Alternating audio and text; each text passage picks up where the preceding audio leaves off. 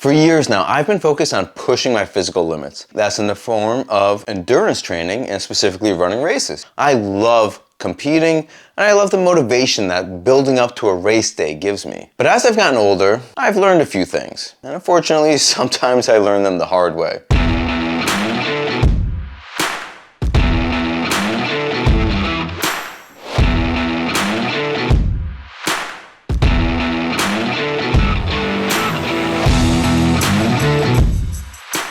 Peak performance isn't just about putting in the miles and hours in the gym, it's also about the recovery from those workouts. You can train like an absolute animal, but if you're not recovering effectively, you're just digging yourself into a hole of fatigue, potential immune compromise, and most likely an injury as well. And that's exactly what happened to me a few years back, and it cost me about a year of racing when I developed hamstring tendinopathy. So that's what led me down the rabbit hole of recovery methods and ultimately to experimenting with contrast therapy. Now, I'd heard about it, I'd seen some of the health influencers talking about it, but I wanted to understand if this hot and cold dance could genuinely make a difference for someone like me who's not really trying to min-max my lifespan like some of these health gurus, but at the same time, I still want to feel strong, I want to keep improving my race performances and hunting down those PRs. So I started by getting a sauna blanket, which I've talked about in the past on this channel, and eventually got a cold plunge as well. First off, what is contrast therapy? At its core, it's the practice of alternating between hot and cold temperatures in your body. The idea is that the heat causes your blood vessels to dilate or open up, increasing blood flow, and then the cold causes them to constrict or narrow, pushing that blood back out. This creates a kind of pumping action, and proponents of contrast therapy claim this will help to flush out metabolic waste products like lactic acid that build up during intense workouts and brings fresh oxygen-rich blood and nutrients to your tired muscles. Now, there are different ways to approach this, and a few of the facilities for it, then you might go from an actual hot infrared sauna into an ice bath, or if you don't have much to go off of at all, you can try for a similar effect by turning your hot shower down to an ice cold shower. For me at home, I've been using a sauna blanket and a portable cold plunge. The sauna blanket is essentially a personal infrared sauna that you lie inside of, and the Hydragun sauna blanket, the one that I own and use, heats up to 185 degrees Fahrenheit, hotter than most other sauna blankets on the market. Gets a really good sweat going. Then I'll follow that with a cold plunge. I'm again using a Hydragun product here, but I've been using them for well over 6 months now, so this isn't like some sort of 2-week review. I really like their cold plunge, which is able to circulate and filter the water continuously, so you have the ability to plunge available to you whenever you want it. You don't have to go buy some bags of ice or anything, and the flowing water and filtration system means that you aren't dealing with a buildup of funkiness. Why do this, especially as an older runner? For me personally, I think I'm still searching for my athletic peak, which means, like most runners, I'm increasing my overall volume and hitting my actual running workouts pretty hard these days. After a long enough run, which for me would be in the upper teens or low 20s, or like a tough speed workout, I can be left pretty sore and stiff. The speed workouts I've been doing recently are derived from the Norwegian singles method. So using this method, you hit 3 sub-threshold workouts per week and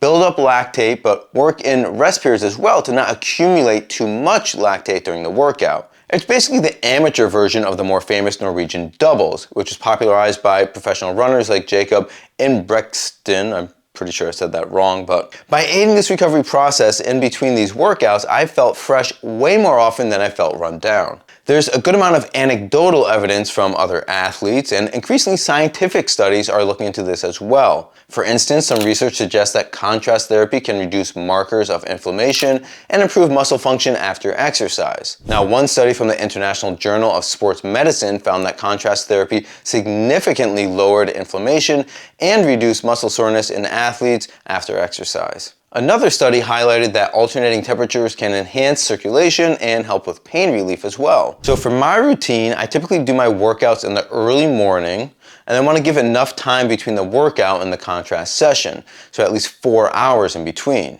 So when I start contrast therapy, I'll start with the 15 to 20 minutes in the sauna blanket. I like to get a really good sweat going. Then I'll immediately transition to the cold plunge for about 3 to 4 minutes. The temperature in my cold plunge usually hovers around 50 degrees Fahrenheit or 10 degrees Celsius. I usually do 2 to 3 cycles of this, always starting with the heat exposure and ending with the cold exposure. After a session, I'll feel pretty reinvigorated and alert. The cold will definitely do that to you. And once I warm back up a bit, my muscles feel less tight, and I generally believe it helps me bounce back faster for my next training session. While it would be nice to fit this after every workout, I typically shoot for once or twice a week. I would also say there's benefits beyond just the physical recovery. There's a significant mental aspect to contrast therapy. The initial shock of the cold plunge demands a certain mental toughness, and when I first started doing the cold plunge, I won't lie, it was a struggle to get in. I'm used to it now, but more just because I've learned to expect and embrace the suck of the whole experience.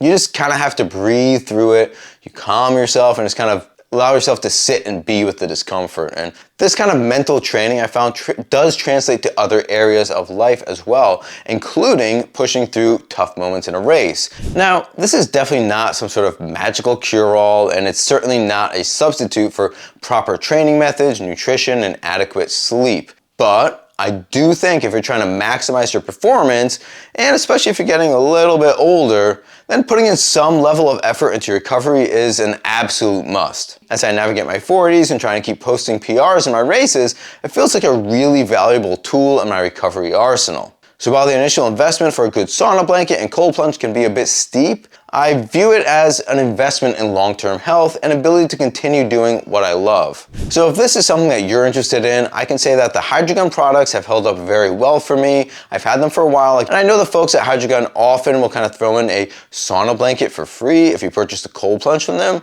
And I'll be sure to put whatever is the best purchase link available for you guys in the description below, so the viewers of this channel can be sure to get a great deal. So what do you think? Do you have a dedicated recovery routine? Have you tried contrast therapy, maybe in a gym or spa setting, or even with your own home setup? Let me know your thoughts in the comments section about how you best recover and keep getting better.